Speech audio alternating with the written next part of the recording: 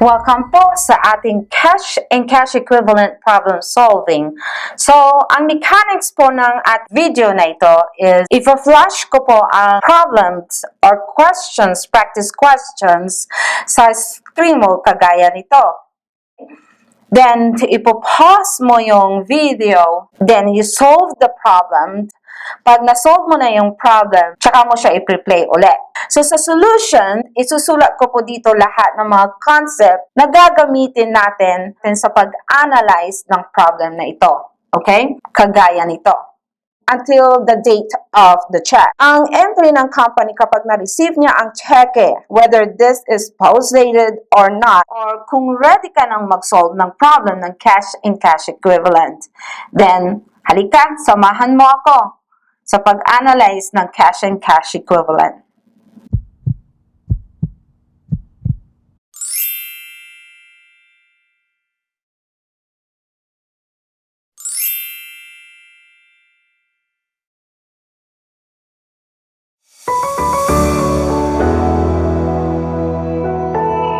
Alright, question number 9 requirement. What is the adjusted amount of the checkbook on December 31st of year 4? Alright, Call of Duty Company reported the checkbook balance on December 31st, year 4 at 7,380,000 and held the following items on the same date.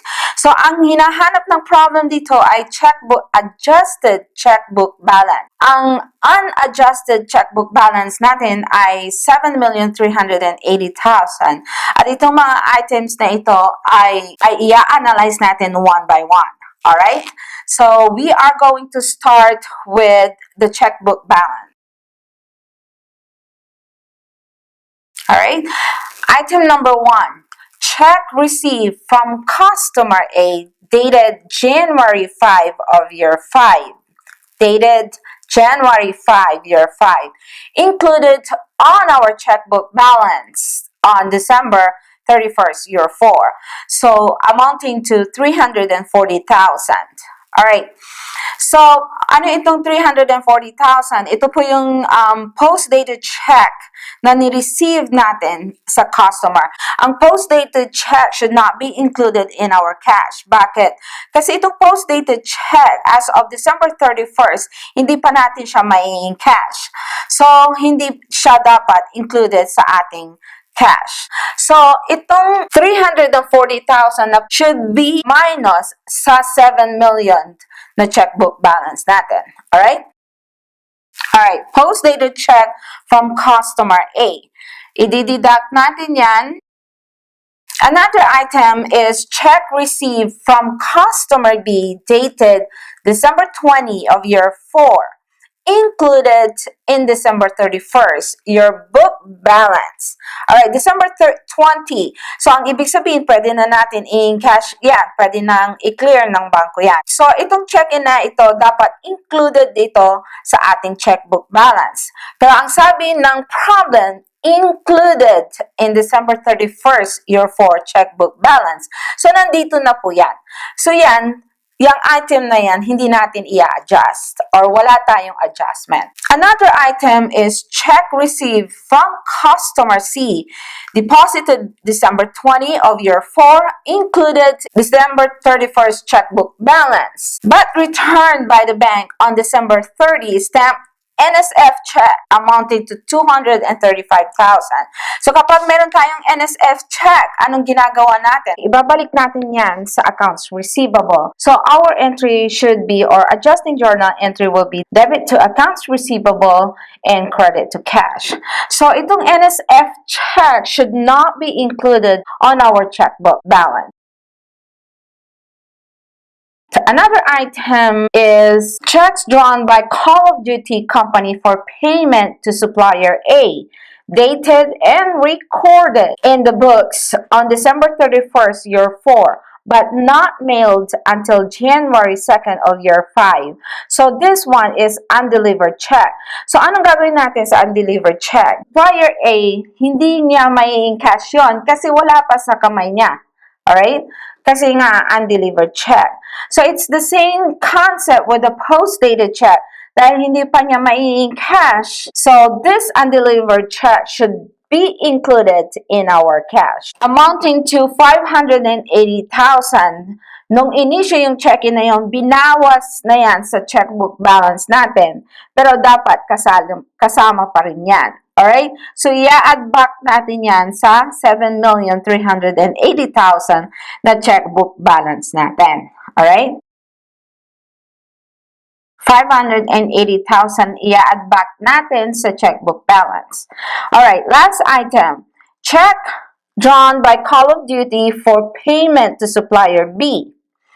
Check is delivered on December 30th of year 4. Recorded in the books on December 31st, year 4. Check is dated January 7, year 5. So, next year pa yung date ng check-in na yan. So, ano itong 730,000? This is post-dated check drawn by the company. Alright? So, the same concept on the undelivered check. Yung post-dated check, kahit nasa kamay pa yan ng supplier, hindi pa niya mai-cash. Kasi post-dated checks nga siya.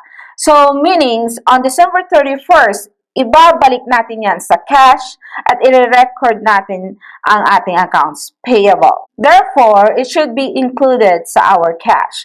So, i-revert back natin sa cash para maipakita natin ang right amount ng cash natin at right amount ng accounts payable natin. So, itong post-dated check drawn ay added back to our checkbook balance. So, we have a adjusted checkbook balance of 8,115,000. And our answer is letter A.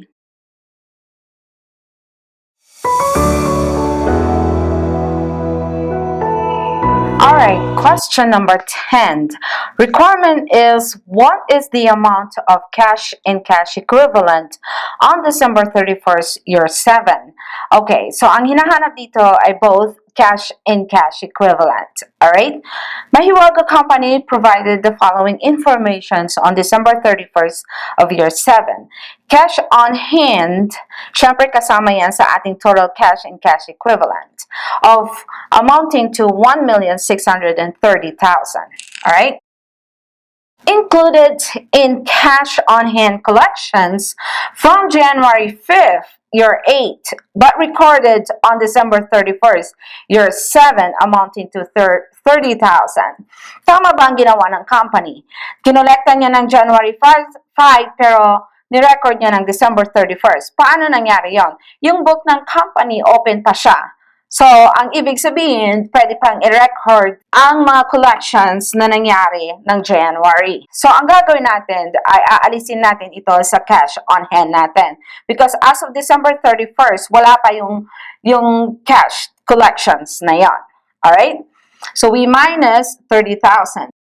So, the cash on hand of Mahiwaga Company is 1,600,000.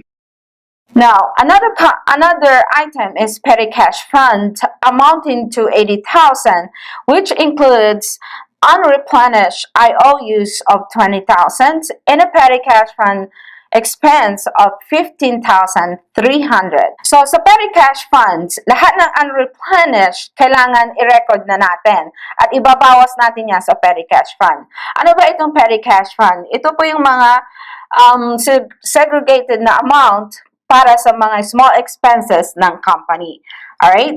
So, unreplenished, hindi pa ito na ibabalik. So, aalisin na natin yan sa petty cash fund at i-recognize na natin yung mga expenses na yan. Or our entry for this IOU is debit to advances to employees and credit to petty cash fund. Yung mga expenses naman, we will record debit to expenses and credit to petty cash fund. So, itong petty cash fund na 80,000, ima-minus natin itong unreplenished. Alright?